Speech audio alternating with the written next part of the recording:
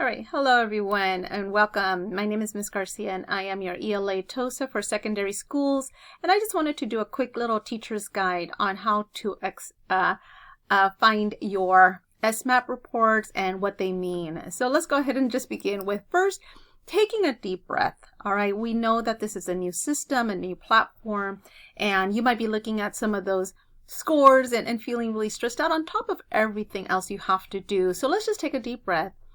And I would say, yes, we know we have lots of work. We always do, right? It just feels like right now it's just more and more. But we definitely want to just, stay calm. I know this is a bit cliche, but I'm going to walk you through it and make things a little bit more manageable, hopefully, for you and for you to understand and for your students to understand why we have to take these assessments. All right, so let's begin first with this word here. So RIT score. What does RIT score mean? And you can see here the definition. It's actually it's a measure of growth.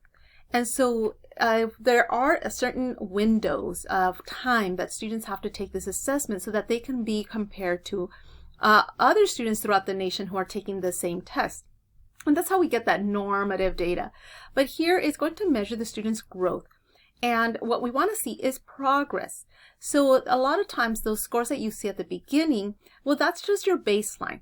And what we want to see is how they do between that first assessment that they take, the one that we just took in October, and the way they do on the January one. So there is another test coming in, January. And so it moves in 10-point intervals, and that's what you're going to see in some of the reports. And the big important thing that you want to remember, and you want to let your students know, is that this test is adaptive, meaning the more correct the student answers, the harder the test is going to be. Now, of course, we don't want to tell them, hey, don't get them correct, but it is, they will be at about 50% on their assessment. So this is not an assessment where they're trying to get 100%. So students who are taking way too long on the test, we want to talk to them and say, hey, you don't want to, spend a lot amount of time on just one question, because the test is made for them to miss some questions. We will, like I said, see some normative data, and that is going to be compared to students who took this assessment back in 2020. Now, I'm sure they're going to come up with newer data, but this is what we have right now. Now, I do have a video here that you can play on your own, and, when you get this presentation, and I think it does a really good job of talking about RIT scores and really what we're looking at, and what we're looking at is growth and progress. All right, so again, you can kind of see that on your own, and I'm just going to skip over. All right, so the first thing you want to do is go ahead and log on, and you can pause this video along the way so you can follow, and you're going to click on Map Growth. All right, after that, you are going to go to this left-hand side, and you're going to click on where it says Growth Reports. From there are a number of reports that you can see. Now, I believe that only your administration and maybe your department chair has access to this school profile one, but I'm going to go over it just in case you want to ask about this school profile. So under the school profile here, this is what you will see. So depending, you put in your information and which test you want to look at. And notice how you can, again, get into your subgroups. You will see how students are doing. Now here, for example, NWEA is saying that if students score in the 70 percentile or higher, that they should be hitting MET on the CASP. Now the green actually is 61% to that 80%. So just because some students are in the green doesn't mean they're quite at MET proficiency. All right, so you can see here the kids, for those who are administrators or have access to this, you can actually click on the bar and you'll see the name of the students show up. All right, what else will you see? Under the same report, you will also be able to categorize your students if you click the little arrows, and you can see how they did percentage-wise, or maybe by RIT. Maybe you can again see if there's a certain trends here, right? All right, what else will you see?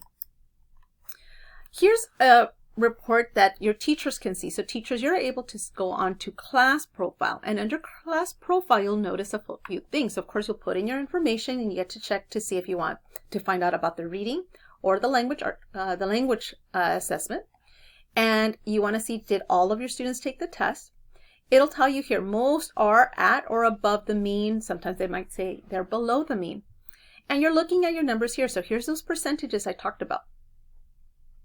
So yellow, notice how in the yellow, right, we're at 41 to 60%.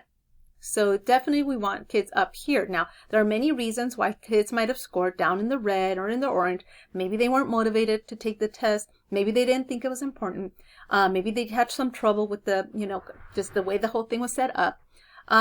Or maybe their skills are very low and we need to do something about that. You will see your median score here. Careful with that. You don't want to have this misguided and say, okay, my students are doing fine, they're in the green, because take a look at all the students that are down here. Now here's, again, the comparison. It says your grade 7 students have scores above the national average of 215. So this is at 215 in the fall. That's what most of the students did. So a little bit higher than that, right? Okay. Here's another chart that's really going to help you. I'm going to write on some of this. So let's say I'm teaching a 9th grade class. This is in the nation, the average of most of my 9th graders. They should be here at 218. But let's say my students, actually some of my students were scoring over here, maybe in, right, kind of at that 3rd grade level. It doesn't mean that I'm going to start teaching them, here. Yes, they might have some scaffolding I need to do. But I don't want to be teaching work that is here. I want to give them rigorous work at grade level, but maybe put in a lot of differentiation. Another important number that you want to see is this one right here. And that's your standard deviation. That means that's how widespread your students are in your class or in your grade level, right? So the larger that number is, that means the more differentiation I have to do in my class. That means that I cannot lecture the majority of my time because I'm not going to be hitting some of the students who are on the outside, on the edges there. Also notice that students in the lower grade levels improve a lot more. You'll see those big number changes throughout the year. Versus your high school students, they might only be going up by 1 little point or 2, and we should be celebrating that. Okay, so you can kind of look at that and compare it to your own students. So taking a look here, again, this is still under class profile. Here's some of the students, and this is grade 6. I can click on the little arrows and it'll categorize them, right? I can see their RIT score. So now I can see, okay, 6th grade, this kid got a 192. Well, let me go over here. 6th grade, oh, they should be at 210, right?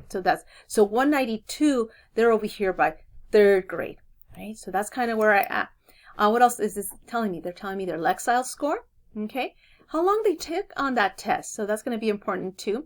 Did they do any rapid guessing? It'll highlight if this is a kid who needs to retest. So lots of good information here for maybe grouping or maybe for parent conferences or IEPs that I can share.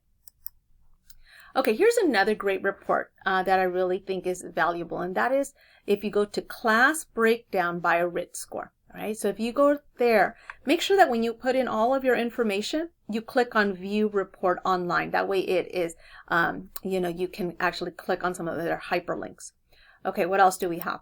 So when you click on that test, you get to see math, reading, and science, and if you click on your ELA, you'll see the instructional areas, literary text, informational text, and vocabulary.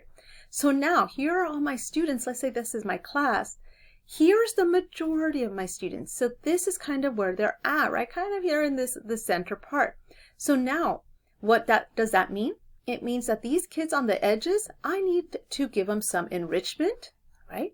And I need to give them some support. What does that support look like? So there's different things I could do. For example, I might put them into small groups. I might work with these students here in a separate group while they're working on something independently. These kids are not just going to serve as tutors. That's not that would not be fair for these kids here. They need some enrichment too. So maybe they're working on some blogging or some reading skills that are going to help them in the long run.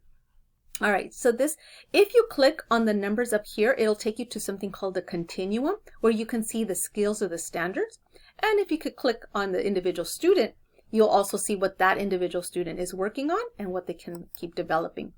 All right, this is the learning continuum. So click on the test you want, once again. So if you go here and you click on these bands here, these numbers, it'll take you to something like this. And here you'll see, okay, literary text. And if you click on the little arrows there, it'll open up. And you'll see all of the students and their RIT scores and so forth. And so this means that this is what they are working on right now. This is what they are developing. That means they understand these concepts here. And so what I want to do is move them to the next band. So maybe I'm moving on to the 211 to 220 band, and I can choose some targets for that group. All right. Finally, one of the great reports is the student profile. So if I go under student profile, not only will I see their ELA skills, but I can also see how they did in science and in math. So I can see if a student is struggling in all areas, it might be a motivation issue. If maybe their student is having some language issues and thus it's affecting their science and their math scores. Also because there's so much literacy now in math. I could maybe share this report with the student. I'm not sending it home yet, but I could definitely talk to the student one-on-one and say, hey, you know, this is kind of where you're at. What do you think? You think you can move up? This is where it's projected that if you work pretty hard on the next test, you can improve a little bit more.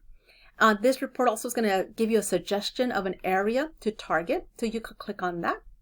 And you can print out this report if you have to for parents or, like I said, for an IEP. It also projects if the student were to take the CASP, where they would be. It would have a projection of how they would do on the CASP. All right, so that's just a little rundown. If you have more questions, need some more information, I can either Zoom with you or make a phone call, or you can schedule me in and I can walk you through some of your reports. I hope this helps. You can almost email me. Like I said, always email me. I also have a lot of information on Instagram and also on our CIA Canvas page, where I'm going to be putting some lessons to close that achievement gap. I wish you the best. Thank you so much.